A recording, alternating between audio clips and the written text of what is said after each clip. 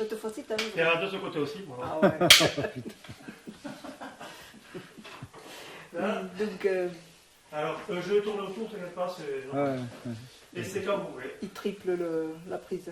Oui, donc Gilbert, Oh. ne se connaissait même pas, Brigue. On ne se connaissait pas jusque autour de la table de la Massa d'Ento País. Eh oui. Moi, je ne me rappelle pas de t'avoir connu avant. Eh non. Comment tu t'es retrouvé à la Massa d'Ento País?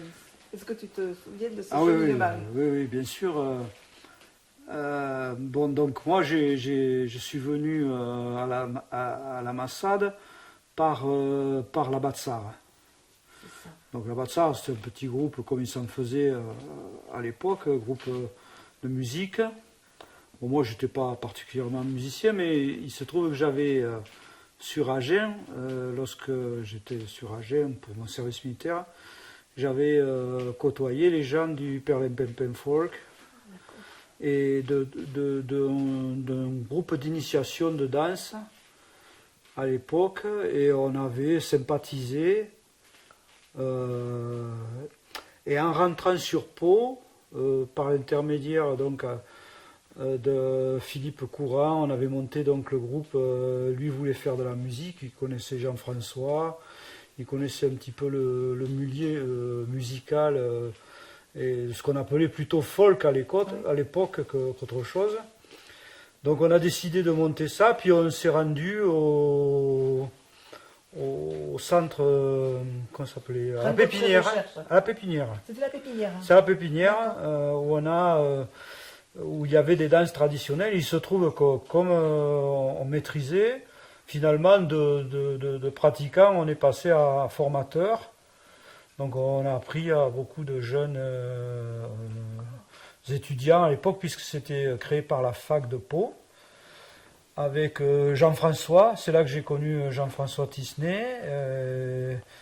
Après, je me souviens plus trop exactement le nombre de gens qu'il y avait, mais je pense Isabelle, Puce, etc., où on a commencé par ce biais-là à entrer dans le domaine de la culture occitane. Alors, moi, je la connaissais par le Perlempempem, par le mouvement qu'il y avait là-bas à l'époque. Il y avait, bon, c'était un peu l'époque aussi des mouvements politiques qui se passaient à l'époque autour notamment de la centrale de Golfech, parce que les mouvements occitans, donc ça discutait beaucoup, il y avait des échanges, et ça m'avait interpellé. J'ai fait le lien à ce moment-là entre ce qui était de ma famille maternelle, qui était du Chat, et l'époque où il parlait patois, parce que pour moi c'était du patois, et où on me disait, quand je disais bon, que j'essayais de comprendre, mais comprendre je comprenais, parce que étant petit enfant on comprend très vite, mais où moi je parlais pas, donc je pouvais pas participer. On me disait mais laisse tomber, c'est du patois, c'est pas important.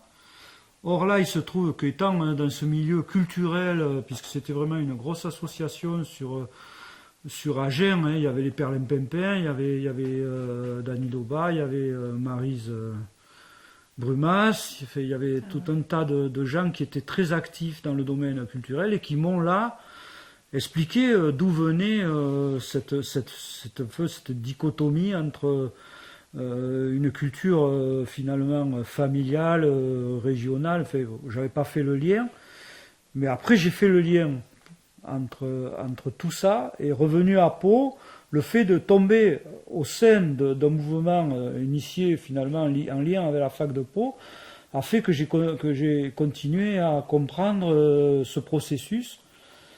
Et pour moi, bien que même maintenant je m'exprime qu'en français, que Locke et le Béarnais, je n'ai pas réussi, et puis j'ai pas non plus finalement cherché plus que ça, parce que je pense que c'est en moi et que ça me constitue, cette espèce de dissociation. Et par contre que je l'ai fait apprendre à mes enfants à travers la calandrette. Voilà, j'ai poursuivi sur cette chose-là, parce qu'en plus ça fait vibrer chez moi des choses qui politiquement, puisque j'étais quand même un petit peu engagé, pas mal sur le plan politique, ça m'a permis de faire le lien peut-être de ressentir des choses qui sont maintenant beaucoup d'actualité, hein. C'est-à-dire la politique de proximité, la démocratie qui me semblait nous échapper à l'époque, puisque je suis aussi un post-68 art, c'était l'époque où quand même il y avait les mouvements féministes, où il y avait beaucoup d'éléments comme ça qui me passionnaient, enfin, qui m'intéressaient, qui m'interpellaient, même si j'ai une éducation très traditionnelle. Justement avec, et c'est ça un peu, enfin, j'en remercie là mes parents, c'est qu'ils étaient à la fois traditionnels et un petit peu en marge, donc ils me permettaient d'avoir une ouverture, qui m'ont permis de prendre de la distance par rapport à ce qui se passait sur le plan politique, et avoir cette autocritique, alors avec un manque de culture, que ce soit béarnaise, occitane, ou qu'elle soit même française. C'est vrai que moi, je poursuivais des études techniques, et que j'avais peut-être pas les bases théoriques pour le raccrocher, mais ça m'intéressait en tout cas. Et donc, à la fac de Pau, là, rencontrant ces gens qui avaient une culture, qui savaient un petit peu théoriser, qui savaient le raccrocher, ça m'a permis, ça m'a tout de suite intéressé, voilà. Et comment je me suis retrouvé à la Massade, c'est que voilà, pour moi, j'ai fait le lien, et que ma recherche personnelle, ma réflexion, qui était bien sûr j'étais jeune, quoi, a fait vibrer en moi quelque chose qui était cohérent, quoi, dans la démarche. Je vais te le dire, c'était la cohérence. Hein. Voilà. Et c'est vrai qu'à l'époque, il y avait, que tu as peut-être côtoyé, il devait y avoir au niveau occitan, il y avait lutte occitane, il y avait Boulembiro Alpaïs. Voilà, il y avait ces deux éléments que je connaissais avant de partir, avant d'aller sur Agen et de faire de rencontrer la culture occitane et occitanisante.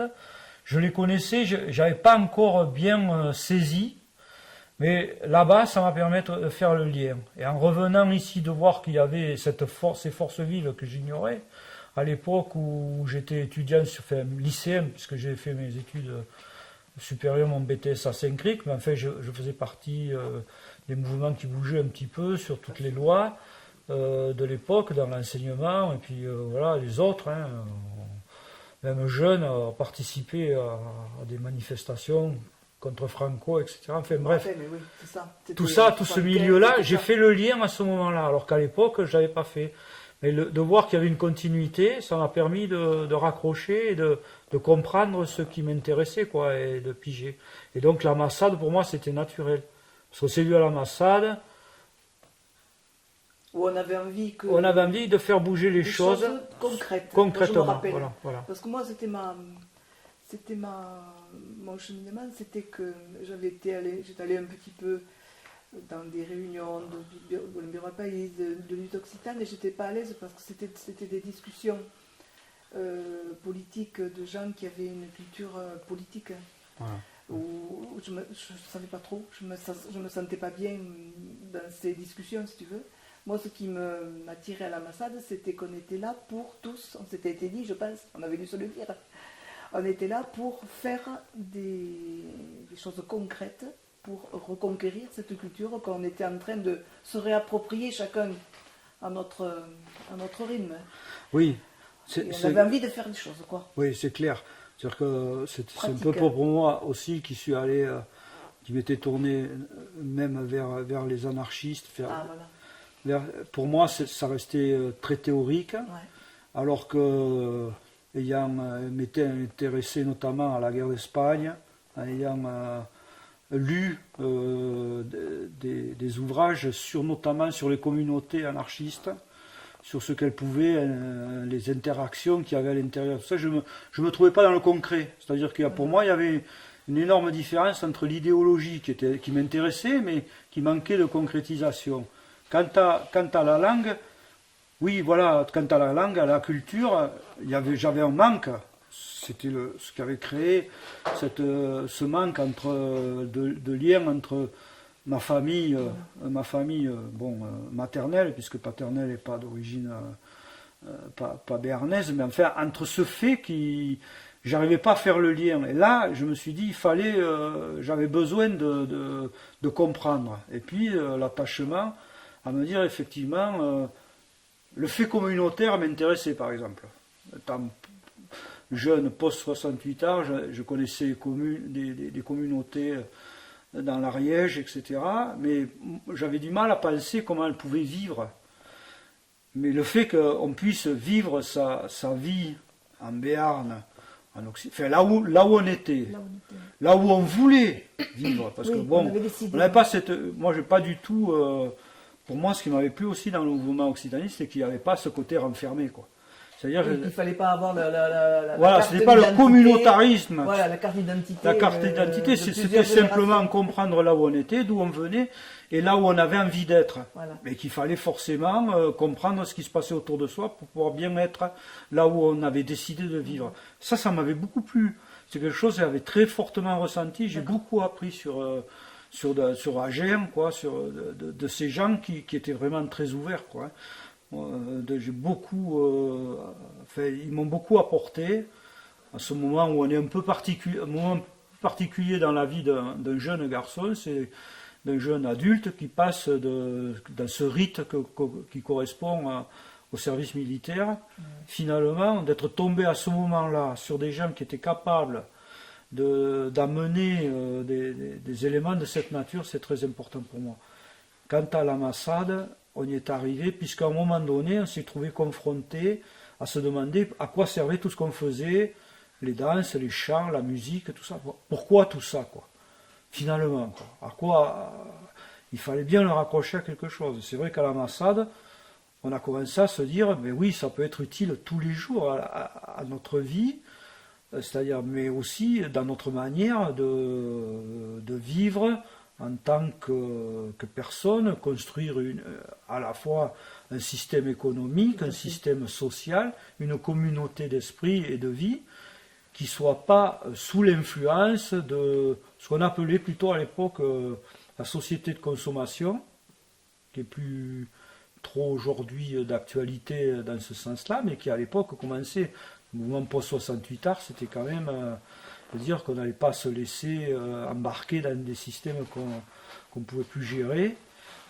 C'est ça. Et à l'ambassade, on a commencé à parler de ça. Qu'est-ce qu'on peut faire concrètement pour que tout ça soit mis en œuvre dans l'intérêt des citoyens, c'est-à-dire aussi dans un sens démocratique de la chose.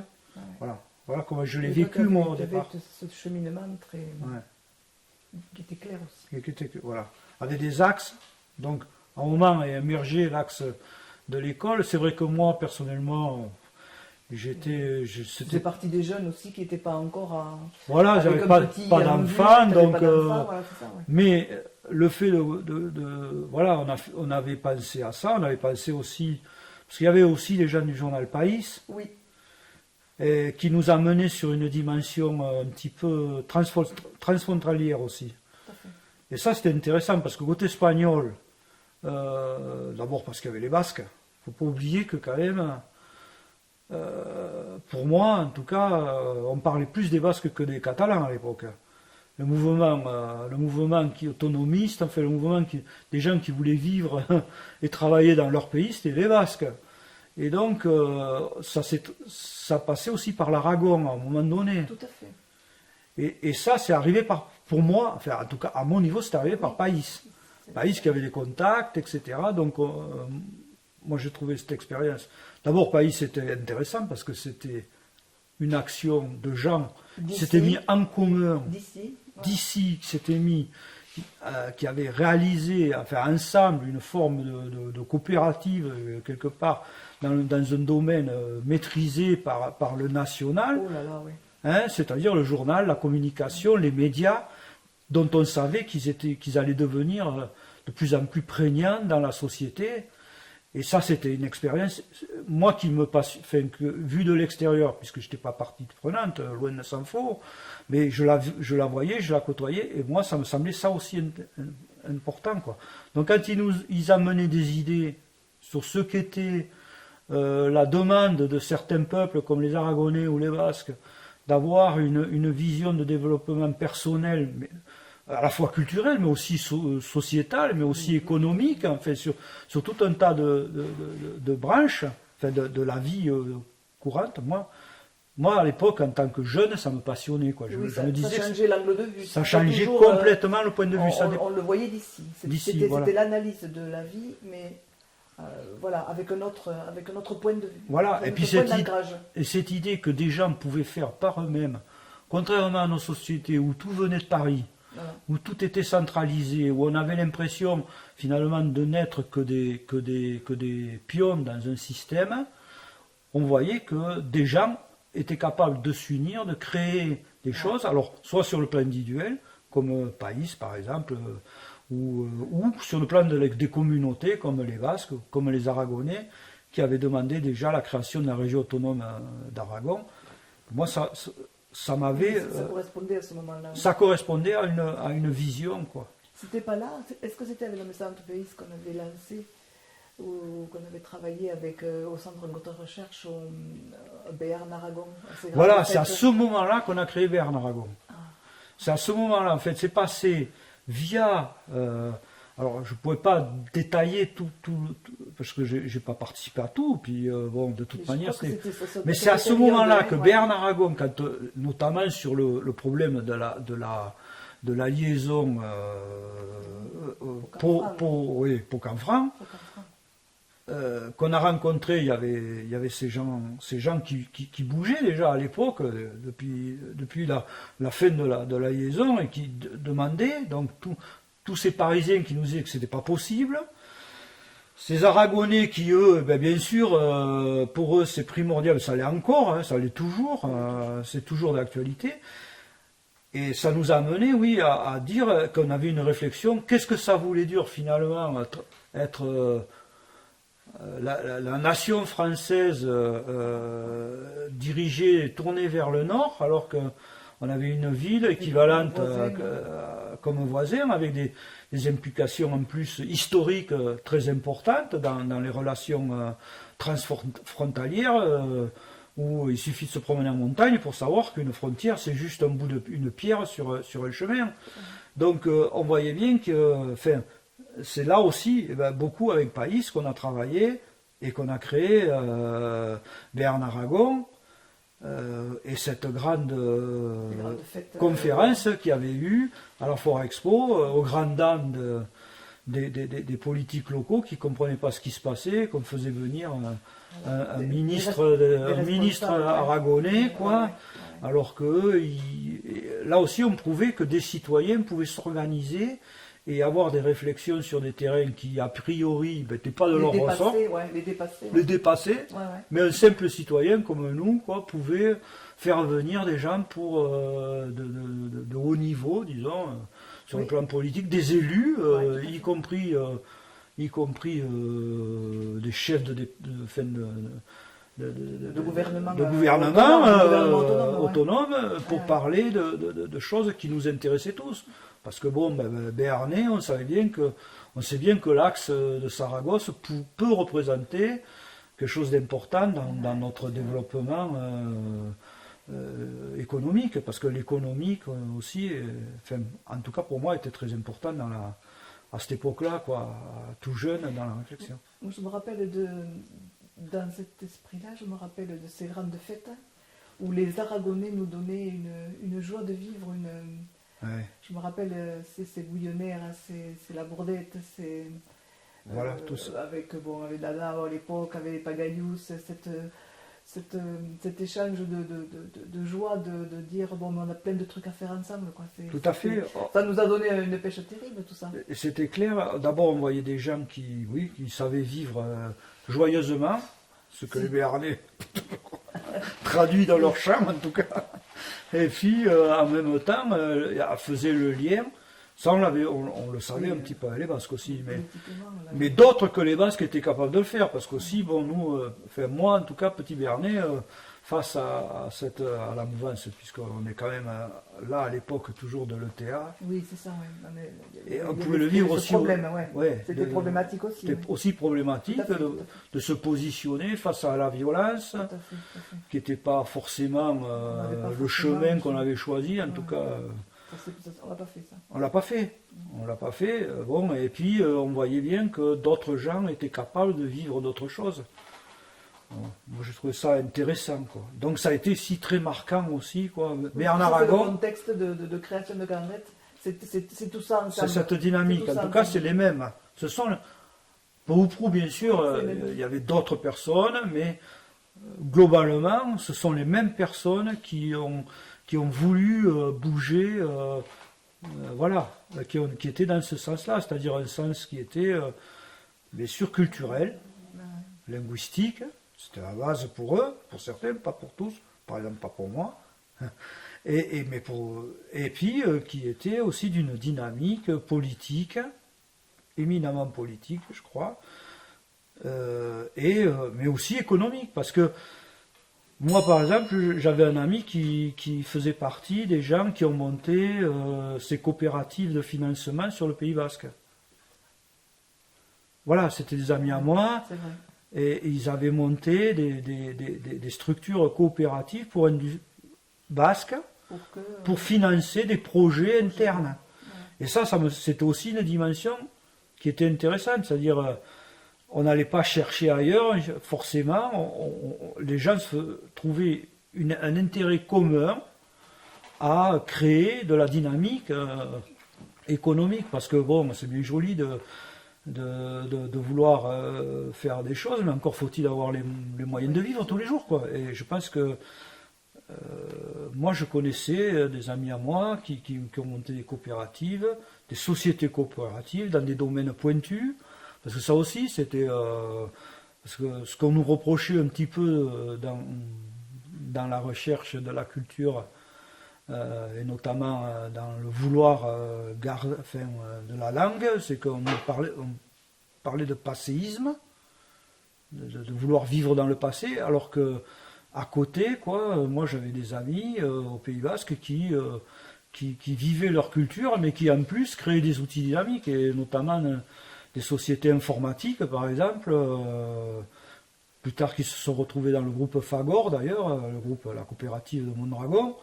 Donc on voyait bien qu'on pouvait avoir un ancrage local et créer des entreprises multinationales, quoi. Même si, Oui, tout à fait dynamique. voilà, Tout à fait. dynamique, Tourner vers enfin, l'avenir, ouverte vers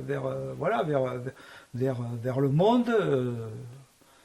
En plus, cette dimension-là était vachement intéressante. De toute façon, cette pensée nous a permis aussi de créer Calandrette, parce que si on avait réfléchi, si on avait dit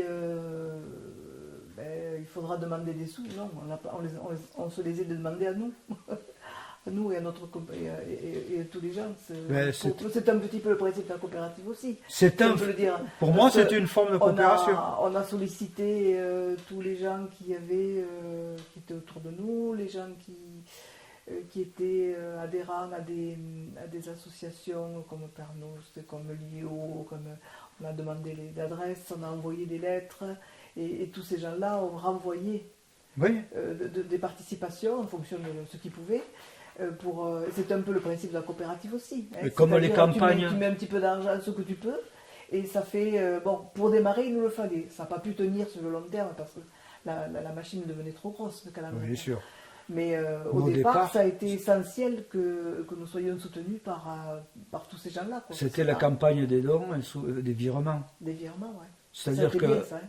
la campagne, ces gens-là, l'idée, c'était de se dire que par le peuple et pour le peuple, tu pouvais créer quelque chose qui voilà, c'est-à-dire que la volonté, bien sûr, l'argent, reste un élément, un des triptyques, des trois éléments nécessaires à la création d'une dynamique, parce que bon, c'est le moyen d'échange et de création de valeur. Donc, quand on a fait ces appels au virement permanent, en disant quelque part, bon, c'est un investissement, nous qui étions jeunes et peu avec des enfants, c'était un investissement sur l'avenir, en disant, bon, si on arrive à créer la dynamique, on va créer nos écoles, et nous sommes capables, nous, citoyens de base, grâce à une dynamique interne et propre, sans avoir recours à la mendicité.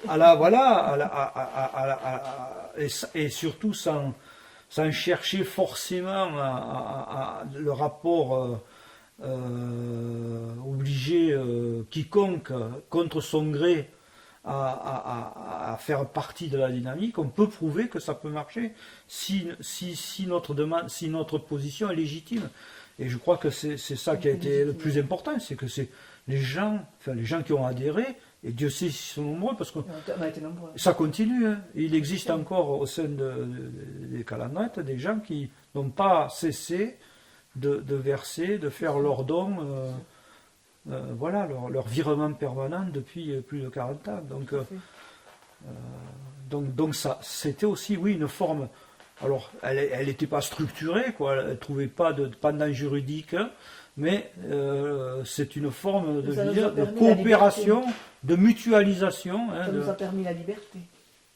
Parce que le fait d'être autofinancé au départ, ça nous a permis la liberté des expériences pédagogiques. On a pu justement. C'était le seul moyen de se le permettre. Se permettre de choisir notre voie, choix pédagogique, de choisir. Oui, voilà. Avec comme difficulté aussi, il a fallu trouver des personnes adéquates, tout ce que tu veux. Comme toute histoire humaine. Bâtir le projet. Toute histoire humaine. Voilà. Encore, ce qui était très important, c'est que ce projet soit légitime aux yeux des autres. Donc forcément, il devait être bâti sur quelque chose de vrai, quoi. Il fallait qu'il soit à la fois juste, légitime, que les gens puissent s'y reconnaître. Donc ça nécessitait quand même qu'il soit profondément humain et humaniste, parce que sinon il n'aurait pas marché. Ou alors on serait tombé dans le sectarisme le plus pur. Donc il se serait étiolé, quoi, à terme. À moins de vendre de l'espoir. Non, et puis on travaillait quand même. Quand tu travailles avec des petits enfants, tu peux pas. Oui. Il faut être sérieux, quoi. Voilà. Oui, mais je crois que bon, des sectes arrivent à capter, mais c'était pas notre cas, quoi. On est quand même resté dans le domaine du public, avec la volonté aussi. Toujours la volonté. La volonté. Moi, je crois que si le mouvement Calandrette et d'autres, hein, puisqu'on parle de Calandrette, a toujours montré la volonté d'être public, laïque et ouvert à tous. Ouvert à tous et gratuit. Et gratuit, bien sûr. C'était au départ les 4 principes. Pour qu'il soit ouvert à tous, il faut qu'il soit gratuit. Voilà, donc ça a été, oui, les quatre principes de base. Depuis le départ. Depuis le premier jour, on en a parlé. Voilà, depuis le premier jour. Et c'est parce qu'on en a parlé aussi les premiers jours que ça a marché. Que c'est pas une construction nécessaire. Enfin, je veux dire, par nécessité, était nécessaire parce que ça pouvait pas être autrement. Si c'était pas comme ça aurait pas marché, enfin à mon avis. Ça correspondait à nos valeurs. Voilà. Je pense qu'on est valeurs humanistes, France et laïque. Laïcité. Et dans, une fois l'aventure Calandrette démarrée, est-ce que tu te rappelles, toi, qu'est-ce que tu avais pris comme travail oui. Après un moment où on a dit chiche, bon, après oui, on s'est réparti le travail. On s'est réparti moi je travaillais avec Bertrand Bousseau sur la partie trésorerie financière. Tous les deux, on s'occupait de gérer ces fonds qui arrivaient, tenir les comptes bancaires, parce qu'il fallait être transparent, parce que ça aussi c'était l'autre problème. Puisqu'on était vraiment ouvert à tous, public, qu'on faisait appel à beaucoup à des financements des donateurs, donc de particuliers, encore fallait-il être capable de leur rendre compte de ce qui se passait. Donc là, ça a été, voilà, on a créé ça. On avait la première adresse, elle a été chez mes parents, à l'Escar, de la Calandrette de Pau. Parce qu'il fallait une adresse postale, et il se trouvait que je vivais quelque temps encore chez mes parents avant que de partir de mes propres ailes, puisque justement très jeune encore. Et voilà, c'est là où on recevait, où on faisait la compta, et on organisait ça. Quelque temps on s'est réunis aussi à la MJC de l'Escar. Je ne sais pas si tu te souviens. On a tenu quelques réunions là-bas, puisqu'il y avait les problèmes de locaux là, pour se réunir. Voilà. Et Ouais. puis, Ça, c'était avant l'ouverture. Et oui. Parce Voilà. qu'avant C'était en 79, puisqu'on a créé l'association. Oui, en mais on n'avait 79. pas de locaux à l'époque. Hein. On n'avait pas Non. encore l'école de l'hippodrome. Hein. Voilà. Qui a Donc on été s'est obtenu réunis par- certainement. Par Jean-Pierre. Qui a Oui, été par obtenu Jean-Pierre, par oui, bien Jean-Pierre. sûr, c'est Jean-Pierre Cassou Qui a qui a obtenu obtenu ces locaux. Mais à l'époque, on n'avait pas de locaux. Non. Et on se réunissait à la MJ, on s'est réunis plusieurs fois. Ce qui est Voilà, oui. conseil d'administration, enfin, ou les gens, soit chez les uns et chez les autres, ou à la MJC de l'Escar, j'avais obtenu qu'ils nous laissent de temps en temps nous réunir là. Et après, tu es devenu papa. Et alors bien Après, plus c'est tard, pas du puisque seul, moi, ok. voilà, c'est en 89, donc après Et je je tourne suis... à ta calendrier après. Voilà, voilà. En tant que Puisque papa. j'ai accompagné à Calandre jusqu'au démarrage, jusqu'aux premières classes, Ouais. pendant 2-3 ans, jusqu'à ce que ce soit stabilisé. Après, les parents sont arrivés, donc c'était à eux de gérer l'école. Hein. Donc voilà, il fallait maintenant, de mon point de vue, se retirer. Et ensuite, je suis revenu en tant que parent, donc à la rentrée 92. Ah ouais.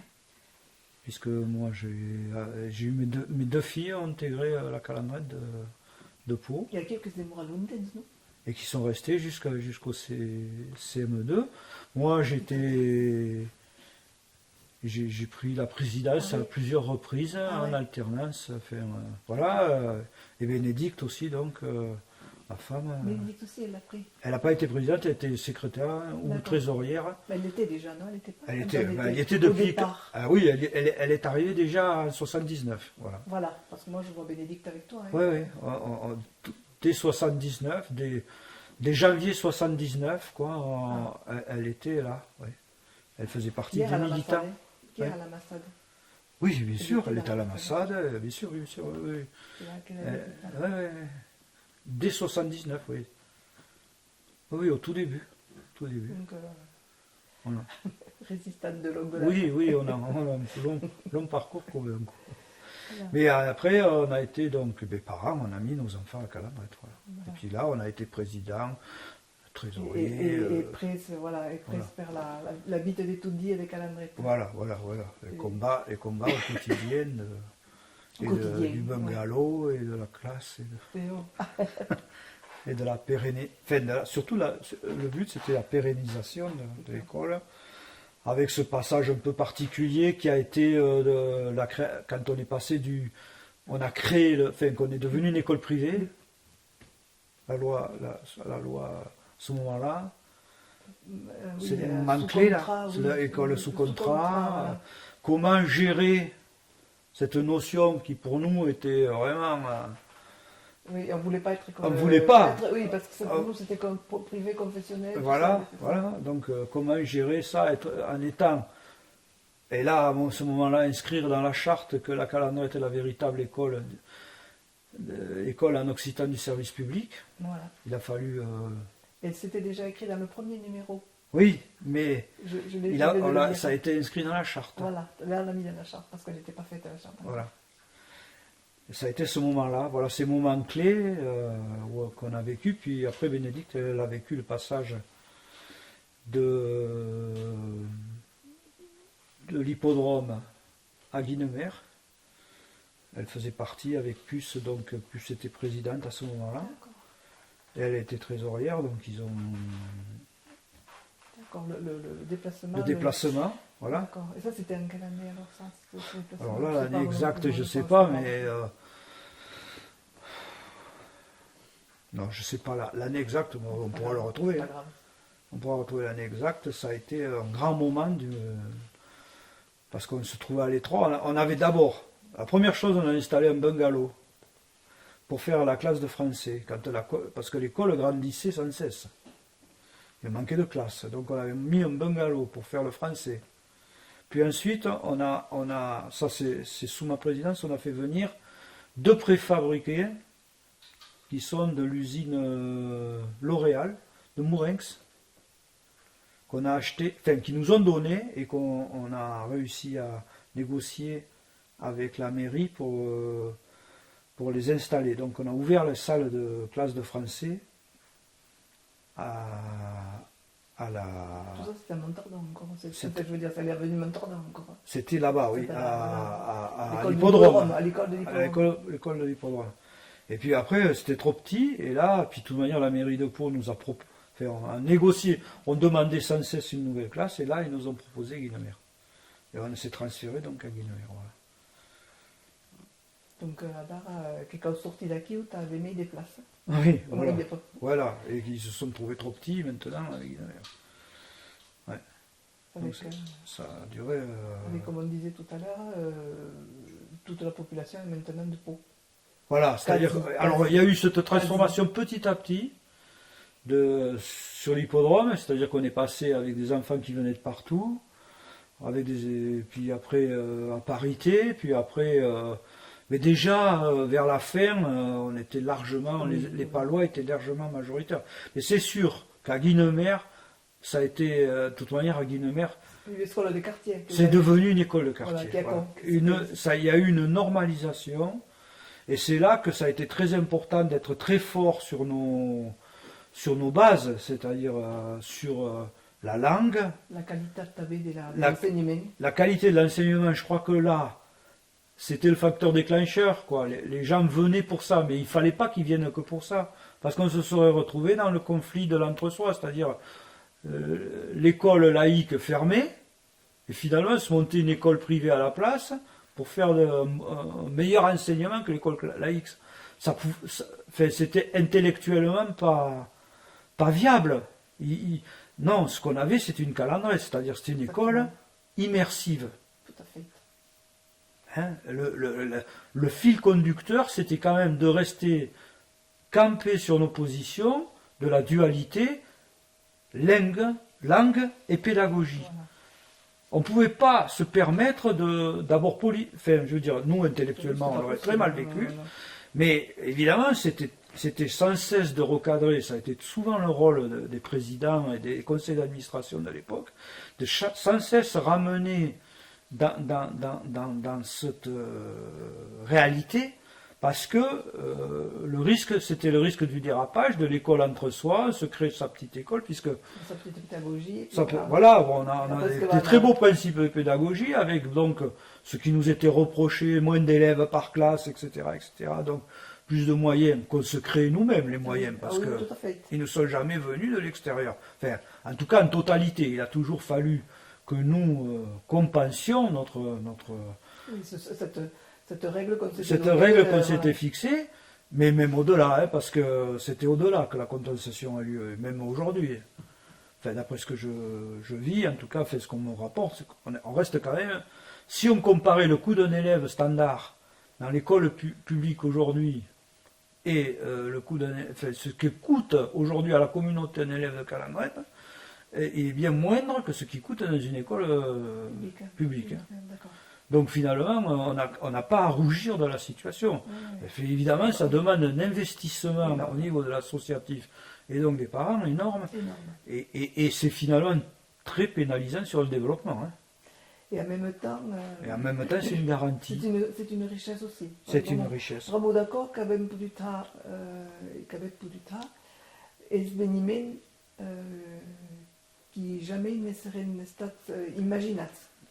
Non? Place aiguë. Parce que oui, tout à fait. Par besoin, il y a eu oui, c'est la nécessité fait loi. Il y a eu des créations d'événements qui ont été, avec un coût humain, parce que voilà. Mais un coût, mais aussi un investissement. Et donc, une gratitude, bien sûr. Une gratification. Oui, bien sûr. Gratification. Une gratification à la fois individuelle et collective. Voilà. Quoi. Oui. Des royaumes causes hate. Oui, voilà. Bien sûr, la satisfaction du personnel et collective de participer de quelque chose. Une grosse dynamique quand même. Et puis de valorisant donc par le fait que, en plus on le sentait, je crois que ce qui a été difficile au départ, mais là où on était jeune et militant un peu fou, on trouvait que c'était naturel, donc on passait outre le fait qu'à l'extérieur on avait beaucoup d'hostilité, et petit à petit ça a tourné. Et c'est devenu très gratifiant aux yeux de de la communauté citoyenne, quoi, que d'être dans un mouvement de ce type. Ça n'a pas toujours été le cas. Hein. Ça a été parfois très lourd à supporter, qu'on nous dise qu'on faisait fausse route, qu'on ne comprenait pas notre action. C'est sûr que maintenant, le regard a changé complètement, ce qui est une bonne chose. Oui, bien bien sûr. Les pariets aux petites. Quand se disait qu'on avait mainats perturbats tout à coup, il n'y avait pas ce que la conscience prégonne intérieure qui disait non, qu'il y avait une raison, mais il n'y avait pas des preuves. Il n'y a pas moyen de le... Alors qu'il y a preuves. Il n'y a pas de meilleures qui peut en disait aujourd'hui, c'est très clair. Qu'il y a eu tonnes de documentations sur ce... Oui, et puis même concrètement. Aujourd'hui, on peut retrouver les Calandros, et ils peuvent nous parler de leur vie, puisque maintenant, 40 ans après, ils sont papa, ils sont papa et maman, ils sont parents, ils peuvent expliquer quel est leur parcours et donc montrer qu'il est au moins égal à celui à ce qu'ont fait les autres avec... J'espère pour eux, en tout cas, une satisfaction. Et un savoir-être, en tout cas, ce qu'on a toujours cherché. Aujourd'hui, c'est quand même la satisfaction majeure, au-delà de tout le reste. Au-delà du reste, toute cette énergie. Oui, tous calandros, voilà. De las prises de responsabilité qu'il y a. Il y en a beaucoup.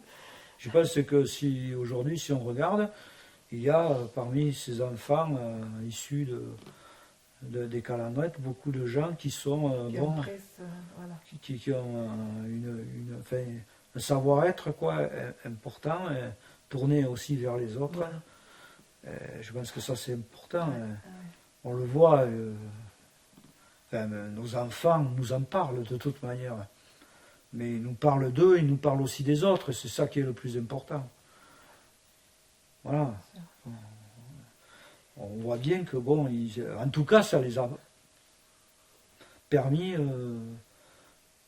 d'avoir, de se sentir dans la société, de prendre leur place, quoi. Voilà.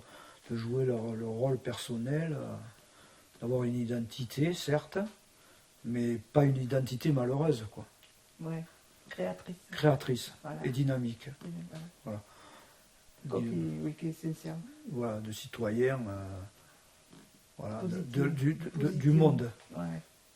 Ça aussi, c'était pas gagné quand même, parce que c'est pas. Qu'elle avait un cap, mais qu'elle avait un probat. Voilà, il me semble. Ouais. S'il y a quelque chose dont on peut se dire, oui, on l'a réussi, au moins c'est ça, quoi. C'est ça. Bon, ben après, on le sent bien parce que ça a pérennisé, ça s'est développé. Donc on voit bien que cette action, elle avait toute sa justification. Tout à fait.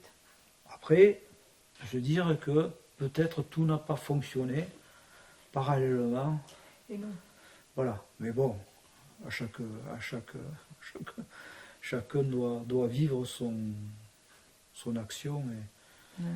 En tout cas, celle-là, pour moi, aujourd'hui, par le développement, par un développement qui n'est pas un développement sectaire et communautariste, parce que je crois que ça, il ne faut pas l'oublier, mais on voit bien qu'aujourd'hui, dans ce qui fait notre monde, dans ce qui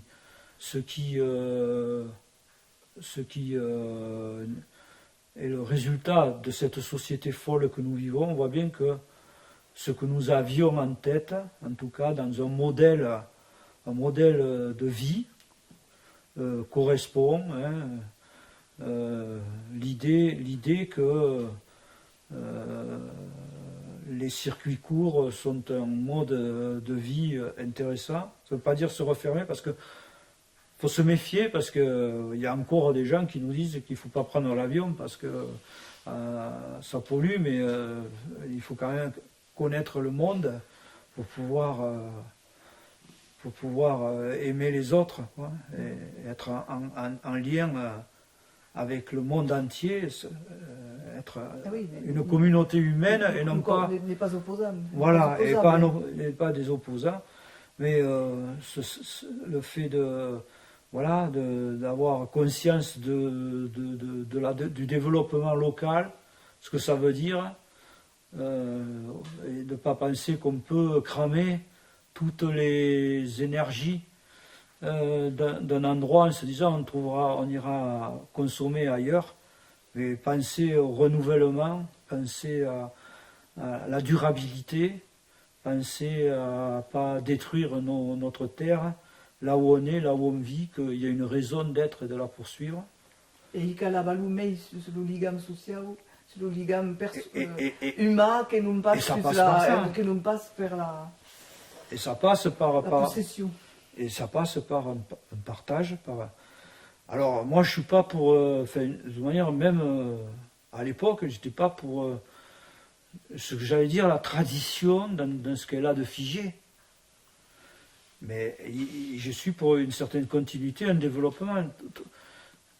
Voilà, c'est ça qui était aussi. Quand on a créé, il me semble, moi, quand on a créé les calendrettes, quand on a créé ces mouvements autour de la Massade, qui était vraiment le point de départ, ce qu'on voulait, nous, c'était on visait un futur, quoi. On ne visait pas le passé.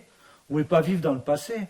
On voulait créer une société moderne, c'est-à-dire moderne dans le sens où elle savait s'adapter, mais moderne mais pas folle, quoi, moderne mais pas destructrice, moderne qui s'appuie sur un développement pas à pas, qui s'appuie sur une réalité locale, sur un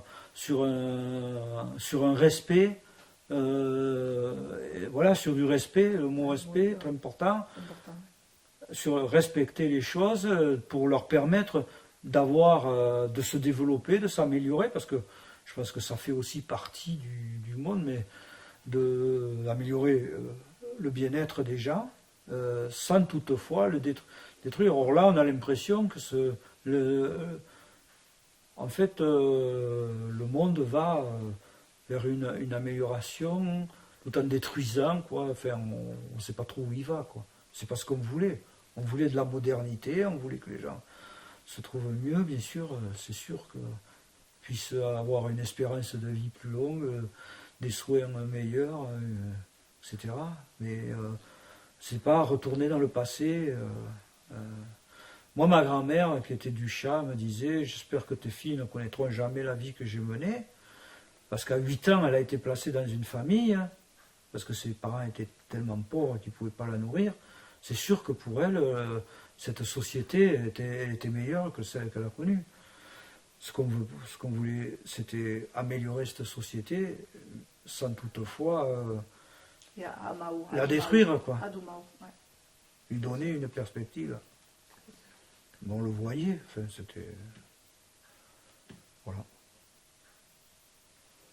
Que penses de ce Caberesca Bucarest de Meia, tu as des souvenirs un peu comme disait Bernard, des anecdotes ou choses comme ça ou non? C'est pas évident. Mais des anecdotes, j'en ai. Je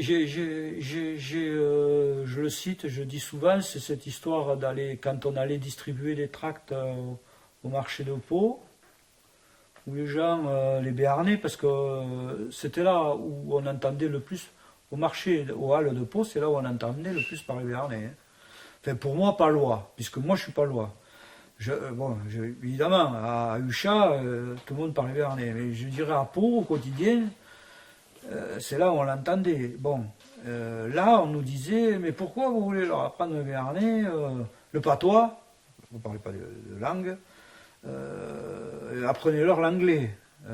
On nous disait, ah oui, le basque, voilà, ça c'est une langue, le patois, ça n'est pas une. Bon, il y avait quand même cette notion de difficulté. Donc ça en est une, c'est plus qu'une anecdote parce que c'est même très symptomatique. C'est douloureux. D'autres fois, c'était, voilà, ce que je disais, c'était le sentiment d'entendre parler donc patois, béarnais dans ma famille. On me disait, mais non, mais laisse, t'inquiète pas, c'est pas important. Alors que petit enfant, j'étais dans le questionnement, quoi, de vouloir connaître ça. je me souviens aussi de l'ambassade et de l'étonnement des politiques, quoi, face au fait qu'il n'y avait pas de président, de directeur pour discuter avec eux, et qu'on a inventé une nouvelle forme de démocratie. C'est ça, qu'il n'y ait pas de leader, là, ça les perturbait, quoi. Il n'y a pas de leader. Alors, qui c'est le chef? Il n'y a pas de chef. Vous avez un conseil? Non, il n'y en a pas. Enfin, voilà. On était tous... ça, c'était très marquant, quoi. Et après, il y a eu quand même des anecdotes. Il y a eu la grève de la faim à la Calandrette de Pau. Pour les locaux, il y a eu des moments très forts, quand même. Des moments durs. Il y a eu... voilà, des moments difficiles, on en a vécu, quand même. La grève de la faim, ça, les parents qui se sont réunis, qui se sont mis dans les classes pour... C'est quand même des moments qu'il faut vivre quand on est dans un conseil d'administration. C'est pas évident, quoi. Bon, il y a eu des moments... L'argent, oui, c'est un problème, mais des moments comme ça, forts, aussi intenses, c'était quand même pas facile, quoi. En tant que... Voilà, que responsable, quoi, ça posait des questions, quoi. Voilà, sinon, c'était aussi des bons moments, parce qu'on a partagé des moments de fête. Enfin, c'était toute notre jeunesse, mais au-delà du fait d'une certaine forme peut-être de comment dire, ouais, de vivre de vie dans le passé, non, on a quand même bien rigolé, quoi. Voilà. On a quand même fait de sacrées fêtes, quoi. Ça n'a pas été que... Ça a été plus des moments dynamiques que des moments de repli sur soi et où on se prenait la tête. Bon. Après, il y a eu des moments un peu particuliers, notamment quand on avait demandé au groupe à l'époque des grands mouvements folk, d'envoyer une participation sur les entrées. C'était un moment un peu particulier quand même, d'exiger ça. Et quelquefois, ça a eu des effets quand même assez difficiles. Je pense au festival de Lembeil, je pense qu'il y a quand même à Syros, des conflits que ça entraînait, et puis mais a fortiori, c'est de voir que la réponse a été très forte. C'est-à-dire le soutien, là, il est venu, quoi. Ah ouais. Et là, on s'est senti légitime. Mais il y a eu quand même des moments difficiles à vivre, quoi, parce que c'était pas facile d'aller dire aux gens, bon ben non, les groupes ne viendront pas, mais qui tu es, toi, pour parler? C'est vrai qu'on avait l'air un peu du luberlu, quoi, hein, malgré tout, quand même. Mais enfin, c'est des moments très intéressants. On a vécu c'était... Puis quand on recevait quand même la participation d'un groupe au fin fond d'Auvergne qui te balançait un chèque en disant ben, c'est la participation d'un bal dans un endroit impossible, quoi. Tu te disais ben, chouette, quoi. Ouais, c'était des bons moments, quoi. Voilà, ouais. Ça a bougé. Ouais. Ça a bougé beaucoup de choses. Ouais. Ouais. Après, des souvenirs, j'en ai plein, mais bon, c'est difficile de formaliser comme ça, quoi. Il y a eu Etzot, le congrès d'Etzot, qui a été très important. Des rassemblements comme ça qui ont... Enfin, en tout cas, je crois que personne ne prenait les choses par-dessus la jambe, que tout le monde... qu'il y avait quand même le sentiment qu'on... Enfin, voilà, qu'il y avait des enfants à la clé et qu'il ne s'agissait pas d'avoir des idées farfelues, quoi, qu'il fallait faire attention, qu'il fallait, même si à l'époque on n'était pas parents, au tout début, je veux dire, il y avait quand même la conscience de bâtir quelque chose qui allait engager des vies, quoi, des vies d'enfants, des vies de futurs adultes. Il ne fallait pas quand même se lancer dans des choses sans y avoir profondément pensé et s'y être engagé soi-même, quoi. Voilà, se dire que bon, C'est ça qui est important aussi. Et c'était tout l'attrait de la chose. Parce qu'à la fois, c'était une construction idéologique au départ, puis on savait que quand ça deviendrait concret, il fallait que ce soit très sérieux. C'est sûr. Voilà. Oui. Et c'est devenu, ça a marché, donc bon, grande satisfaction de ce point de vue-là. Tout à fait. Faut pas se cacher. Qu'est-ce qu'on passe? Tout ce qu'on dit, d'où tu es. En tout cas, on a le droit de se le dire. Voilà. Bon, vi här plat. Voilà. Che pensi här plat ci l'aveva? Ouais, Che merci abbiamo beaucoup. d'organiser toutes aquelles paraboles des 12 et 12 autres. Ouais, Tu arrives moi, je sais pas si- à tout le tour de l'équipe, petit à petit. Et que voulez demander a quelque en tant que parrain, en tant que des impulses là, des buts. T'as bien? N'ero pas à la massade, mais qu'era aux Nadao à l'époque. Qui era à la massade? L'endaubaïste. Qui era ce tabé? Qui era ce tabé? À l'ESCA, À l'ESCA. de personnes. Ouais, le que dit. Je coupe, j'ai plus